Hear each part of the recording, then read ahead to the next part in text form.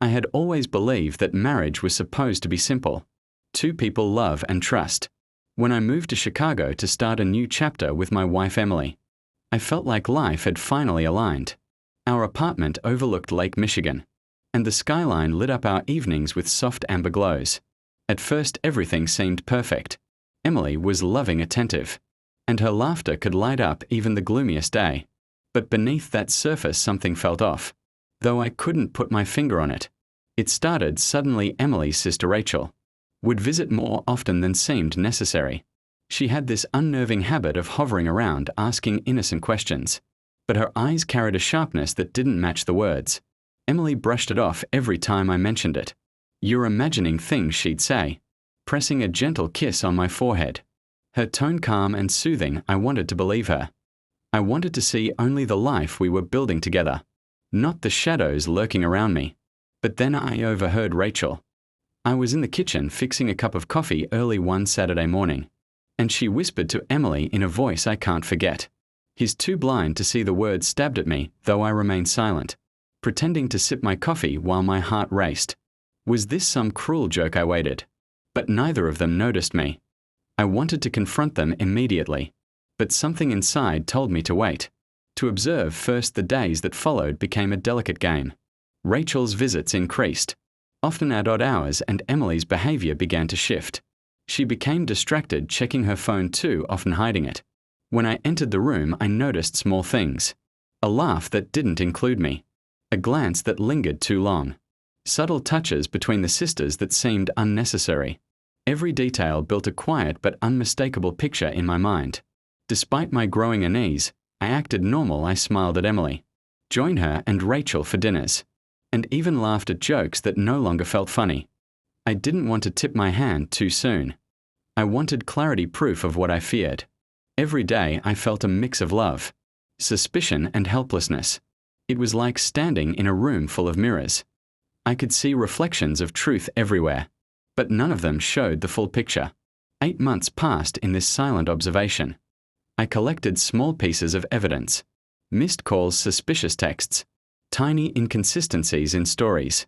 But still I played the part of the blind husband, hoping that by watching quietly, I could confirm what I already suspected.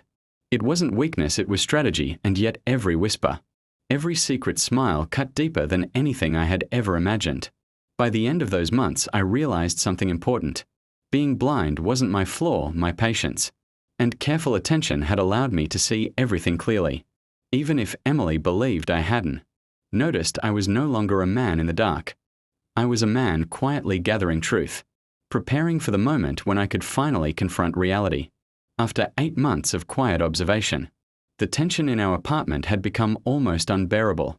Every routine I once took for granted, morning coffee, weekend brunch, evening walks, was now colored with suspicion. Emily seemed more distant, more distracted, and Rachel's presence was constant, almost suffocating. Yet I kept up the facade of the blind husband, smiling and joking, pretending that everything was perfect. Deep down, though, I was analyzing every glance, every word, every silence. I started keeping track of patterns. Rachel's visits were rarely casual. They were precise, almost ritualistic. Certain days she would linger late into the evening, and Emily's phone would buzz with messages she quickly hid. I began noting the times, the frequency, even the content of notifications. When she left her phone unlocked for a few seconds, it was like assembling a puzzle, each piece revealing more of a picture I had dreaded to see. I also noticed how Emily's tone changed around Rachel. She laughed differently, spoke differently, as if performing a role only her sister could trigger. That phrase haunted me endlessly. "He's too blind to see." Every time I remembered it, a cold knot formed in my stomach. They believed I was unaware, naive, but every detail I observed told me otherwise. My blindness was a careful act, a strategic patience I needed to maintain. Friends started noticing subtle shifts in me. My smiles were tighter, my humor sharper. They asked if everything was okay, and I'd laugh it off, claiming work stress. No one could understand the storm inside me, the 8 months of tension that had built silently. Nights were worse alone. I replayed every conversation, every touch, every whispered laugh between Emily and Rachel. I imagined the scenarios that might explain everything. or perhaps confirm the betrayal I feared. I also began testing boundaries. I suddenly asked Emily about her plans. Gauging her reactions, sometimes she would flinch. Other times she'd over-explain. I caught her in small lies. Moments where the stories didn't line up. But I didn't confront her yet. Confrontation would give away my awareness. I needed certainty. I needed undeniable proof. Every day I felt like a shadow in my own home, watching a life I had once fully trusted unravel quietly before my eyes, and then came the message. A brief cryptic note I glimpsed on Emily's phone. While she stepped into another room, Rachel had written something that confirmed my worst fears.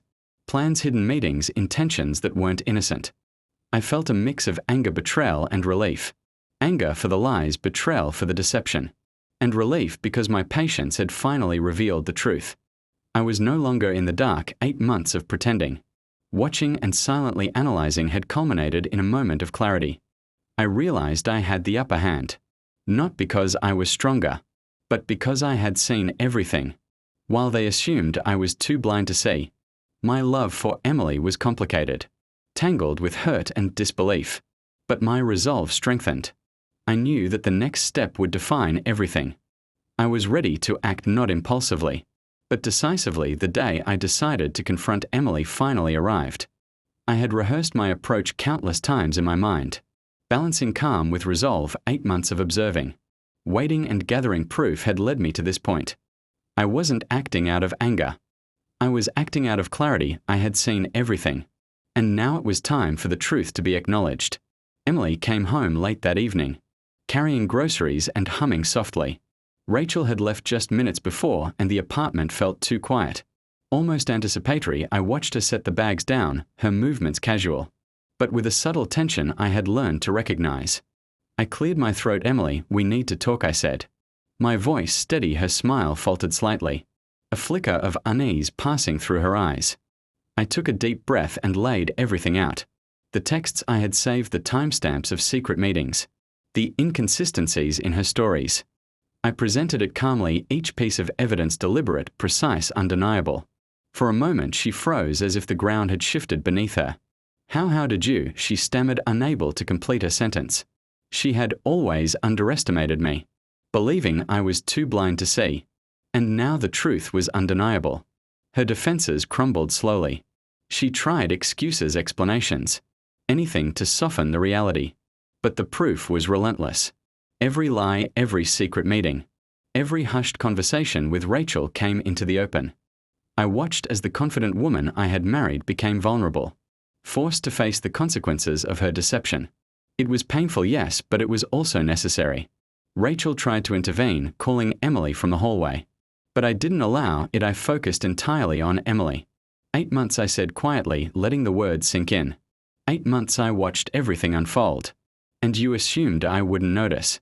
But I did. I saw every hidden smile, every whispered conversation. I wasn't blind, I was patient. She looked away ashamed. Unable to meet my gaze, the confrontation wasn't loud or dramatic. It didn't need to be. The weight of 8 months' worth of deceit filled the room. Like a tangible presence, I felt anger, yes, but also clarity. I understood now the boundaries of trust, the fragility of promises, and the cost of underestimating someone's patience. Emily admitted everything, her voice breaking, words spilling out in a mix of guilt and regret. In that moment, I realized something crucial. Seeing the truth didn't mean I had to react with rash decisions. My patience had given me control. I could choose my next step with dignity. I could leave, I could forgive. I could set new boundaries. But nothing would ever be the same again. The woman who once whispered he's too blind to see now faced the undeniable truth. I had seen everything, and I was no longer willing to remain a passive observer. The confrontation had left a quiet tension in the apartment. Emily sat across from me, her eyes filled with regret, her hands trembling. The weight of 8 months of secrets had finally collapsed around us, and for the first time silence wasn't comforting.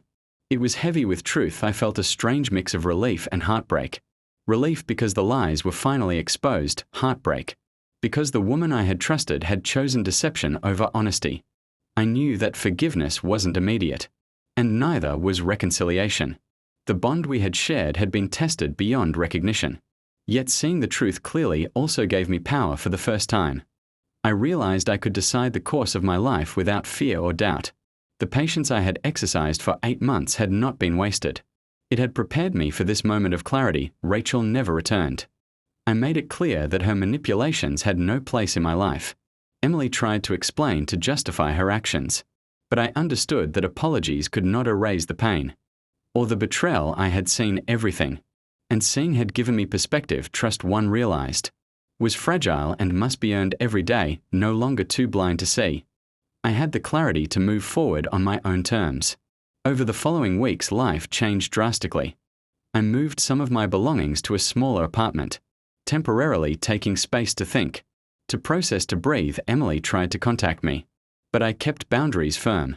It wasn't about revenge, it was about understanding my own limits, my own worth. I spent time reflecting, reconnecting with old friends, and rediscovering passions I had neglected in the shadow of betrayal. Eventually, I decided to let go, not because I forgave completely, but because holding on to anger would only trap me in the past. Emily's apologies were acknowledged, her remorse noted, but my future would not be dictated by her mistakes. I learned that seeing the truth, even when painful, is empowering. It allows you to make choices based on reality, not illusions. The lesson from those 8 months was profound. Love does not blind at tests. It challenges and it reveals character. What people underestimate is patience and observation. Being blind is often a misconception. Sometimes it is careful, silent awareness, waiting for the right moment to act. I had witnessed betrayal unfold, but I had also witnessed my own strength and resilience. Looking back, I realized that the experience, though painful, had changed me. I wasn't the naive man who had once believed in unguarded trust. I had become someone who could love deeply but also see clearly, someone who could act decisively when truth demanded it. And as life slowly returned to normal, I felt a sense of empowerment I had never known before, a quiet confidence that no one could ever take away. I had seen everything I had endured, and now I could finally move forward stronger, wiser, and no longer blind to the realities of love, trust, and human nature.